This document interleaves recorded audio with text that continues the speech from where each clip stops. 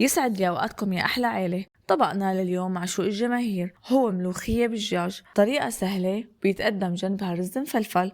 وكالعادة قبل ما نبدأ الفيديو بتمنى منكم اللي ما اشترك عندي بالقناة يشترك ويفعل الجرس حتى يصلكم إشعار بكل شي جديد. تكبر عيلتنا فيكم، ولايك ودعوة حلوة. بنقول بسم الله. الخطوة الأولى بقطع الدجاج وبسلقه، وبهذا الوقت استخدمت ملوخية ورق يابسة بشتريها جاهزة.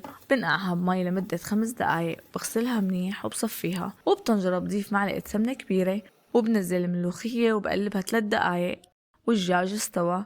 طبعا حاستخدم انا المرقة تبع الدجاج. قبل ما استخدمها وبضيف ملح ونص ليمونة معصورة بدال حمض الليمون، بتكون صحية اكتر وبضمن لكم انه ما نلاقي مطة بالملوخية.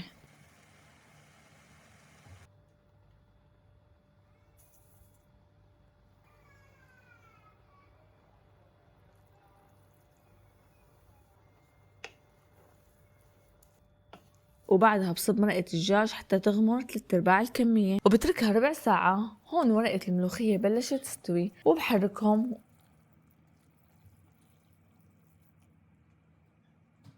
وبضيف الثوم. بصصت كم قطع دجاج حتى تعطيني نكهة كتير طيبة بالأكل، وبتركهم حتى أتأكد إنه استوت الملوخية تماما.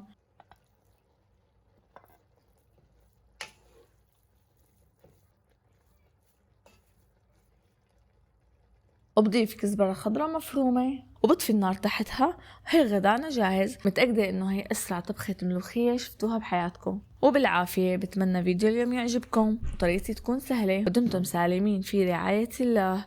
انتظروني بوصفة وفيديو جديد.